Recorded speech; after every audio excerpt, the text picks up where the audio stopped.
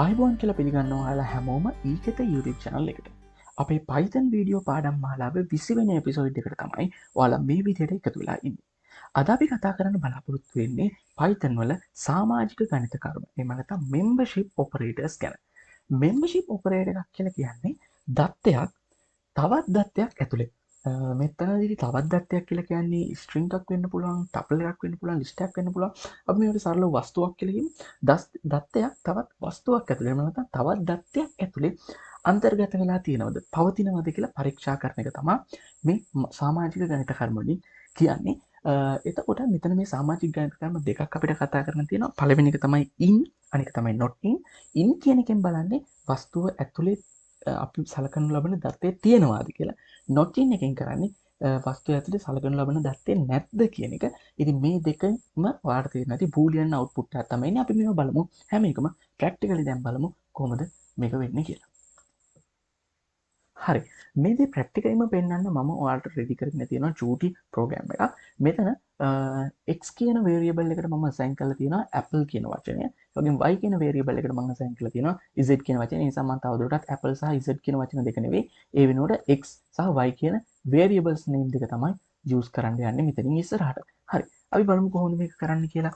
මම අහන්නේ apple කියන වචනය ඇතුලේ Apple කියන වචනය ඇතුලේ z අකුර ඉන්නවාද කියලා තමයි මට චෙක් කරලා බලන්න ඕනේ. එතකොට මම මෙතනදී කරන්නේ මම අහනවා y, ඒ කියන්නේ z අකුර ඉන්නවාද in x, y in x. ඒ කියන්නේ මෙතනින් චෙක් වෙන්නේ y කියන දත්තය x කියන දත්තය තුල ඉන්නවාද.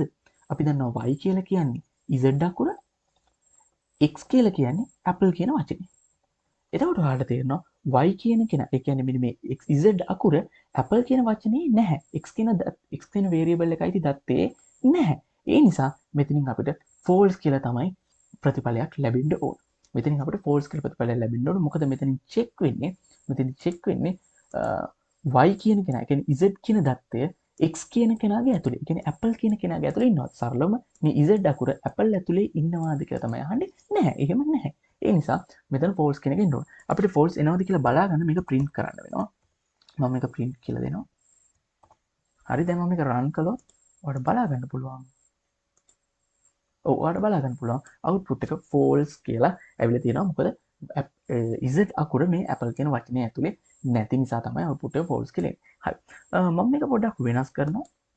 මේක වෙනස් කරලා මම මේක not in කියලා දානවා. එතකොට not in එකෙන් වෙන්නේ අර කලින් වුණ දෙයට අනිත් පැත්ත. z කියන වචනය, z කියන අකුර apple කියන වචනයේ නැද්ද? not in. ඕනේ. z කියන අකුර apple කියන වචනේ ඇතුලේ නැහැනේ. apple කියන වචනේ ඇතුලේ z අකුරක් නැහැනේ. ඉතින් මම අහලා තියෙන්නේ නැද්ද? not in. නැද්ද කියලා තමයි අහලා තියෙන්නේ. ඒ අනුව ඔව් නැහැ.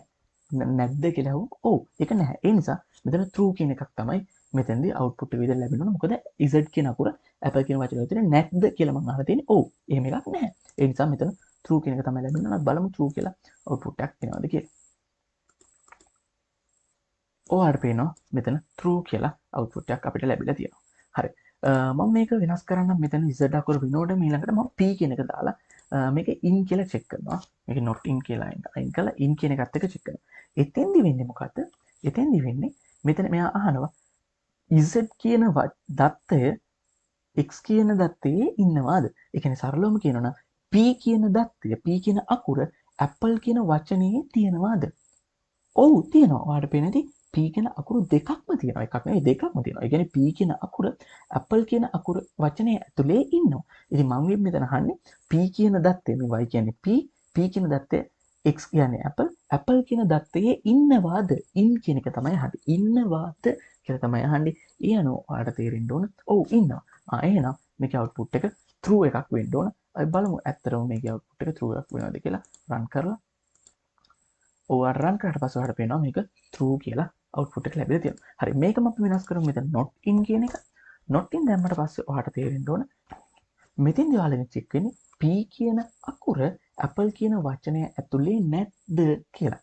ඉතින් ඔයා දන්නවා ඒක නැත්ද? එහෙම නැත්නම් not in කියලා තමයි මෙතනින් අපෙන් අහන්නේ.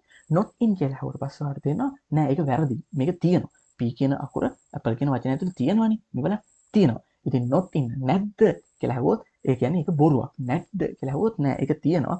නැද්ද කියලා හදේ ඒක නිසා ඒක ෆෝල්ස් කියන වැරදි දෙයක් තමයි අහලා තියෙන්නේ. මේ අහලා තියෙන්නේ p කියන අකුර apple කියන වචනේ ඇතුලේ නැද්ද කියලා. ඉතින් ඒක වැරදි. apple කියන වචනේ ඇතුලේ තියෙනවානේ. ඒ නිසා මේක ෆෝල්ස් අවස්ථාවක් විදිහට තමයි ගණන් ගන්නේ. මට පුළුවන් මේක රන් කරන්න.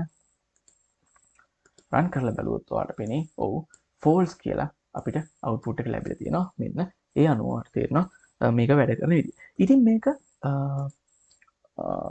ස්ට්‍රිං එකකට විතරක් නෙවෙයි ඔයාලට කැමති නම් මේක ලිස්ට් එකකට එහෙම නැත්නම් ටපල් එකකට උනත් යූස් කරන්න පුළුවන්. මම ලිස්ට් එකක් හදනවා 10 20 30 40 කියලා ලිස්ට් එකක් හදනවා.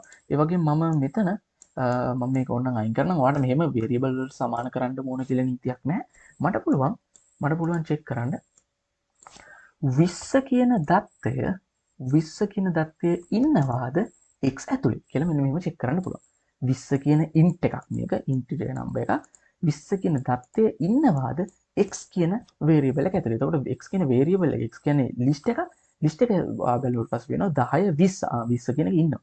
එහෙනම් මෙතන true කියන එක තමයි output එක එන්න ඕන. අපි බලමු මේක run කරලා true කියන එකක් output වෙනවද කියලා. ORP පේනවා true කියලා එකක් මෙතන output වෙලා තියෙනවා. සරලවම මෙතන true කියලා එකක් output වෙලා තියෙනවා. හරි.